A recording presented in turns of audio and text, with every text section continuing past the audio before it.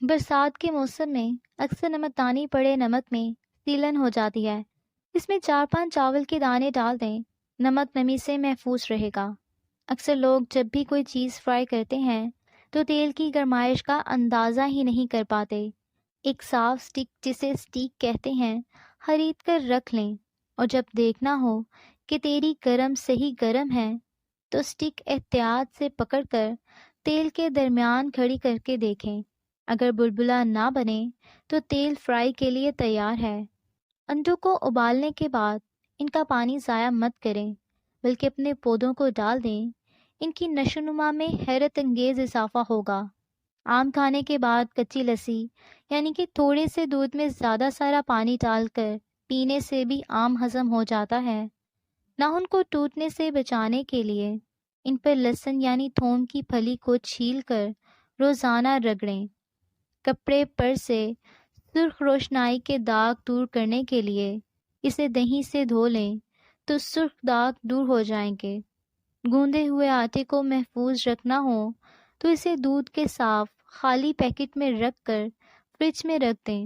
کافی دیر تک یہ آٹا روٹیاں بنانے کے کام آ سکے گا۔ کپڑے دھوتے وقت ایک چائے کا چمچ گلیسرین ڈال کر دھوئیں۔ کپڑے نہیں اور اپنی گھٹن برقرار رکھیں گے۔ لباس میں بٹن ٹانکنے کے بعد دھاگوں پر ایک بوند نیل پالش ٹپکا دیں۔ بٹن آسانی سے ٹوٹیں گے نہیں۔ بچوں کے کپڑوں میں اس عمل کی زیادہ ضرورت ہوتی ہے۔ کیڑے مکوڑوں کو گھر سے بھگانے کے لیے جہاں یہ نظر آئیں اس جگہ پر کافور جلایا جائے تو کیڑے دوبارہ وہاں نظر نہیں آئیں گے۔ دانتوں میں درد ہو تو جس دانت میں درد ہے اس کے نیچے ادرک رکھ دیں، درد کم ہو جائے گا۔ اگر آپ چاہتے ہیں کہ جوتے کی پالش چمکے تو پالش کرنے سے پہلے تھوڑا سا سرکہ ملا دیں، جوتے چمک جائیں گے۔ جب پودینہ بازار میں وافر اور سستا مہیا ہو تو بہت سارا خرید کر رکھ لیں۔ اگر گھر کی تیاری میں ہو تو توڑ کر دھوپ میں سکھا لیں۔ سوکھ جائے تو پسا ہوا کالا نمک اور زیرہ ملا کر ہوا بند ڈبے میں محفوظ کر لیں، اور جب ضرورت ہو تو اس کو استعمال کیا جا سکتا ہے۔ کارن فلور دودھ ملا کر پیسٹ بنا لیں اور چہرے پر لگائیں۔ ہفتے میں 2 بار کرنے سے رنگ گورا ہونا لگے گا، دھوپ سے جھلسی ہوئی جلد ٹھیک ہو جائے گی۔ اکثر لوگوں کو سفر کے دوران چکر اور متلے کی شکایت ہوتی ہے۔ اسے بچنے کے لیے سفر شروع کرنے سے پہلے سونڈ کا سفوف 2 یا 3 چٹکی لے کر پھانک لیں۔ اس شکایت میں یہ بہت مفید ہوتا ہے۔ صابن کے ٹکیوں کے ریپر پھینکیں نہیں، انہیں اپنے جوتوں کی ریک میں رکھ دیں۔ جوتوں اور موزوں کی بو سے گھر کو محفوظ رکھیں۔ باورچی خانے یا غسل خانے کی سنک کو چمکدار صاف کرنے کے لیے اسے مکمل طور پر پیپر یا ٹشو سے ڈھانپ دیں۔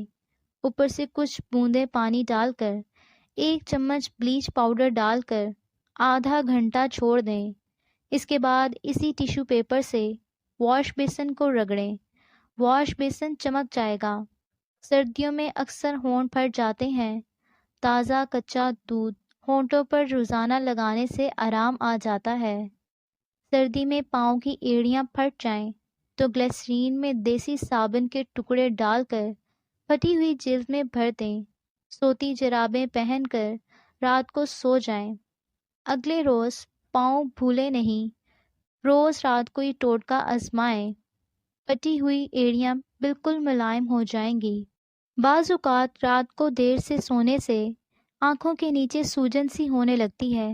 اسی کے لیے سر کے نیچے تکیہ نکال دیں اور چائے کا قہوہ 1 پیالی لے لیں اور اس میں برف کی ڈالیاں ڈالیں۔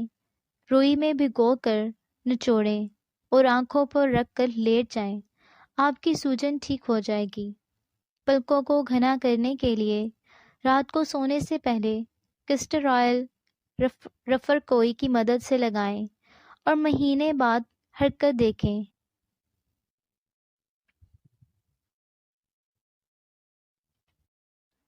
پلکوں کو گھنا کرنے کے لیے رات کو سونے سے پہلے کیسٹر آئل رفر کوئی کی مدد سے لگائیں اور مہینے بعد حرکت دیکھ لیں۔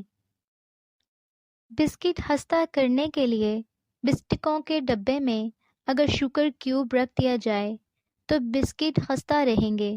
تمام نمی شوگر کیوب جذب کر لیتی ہے۔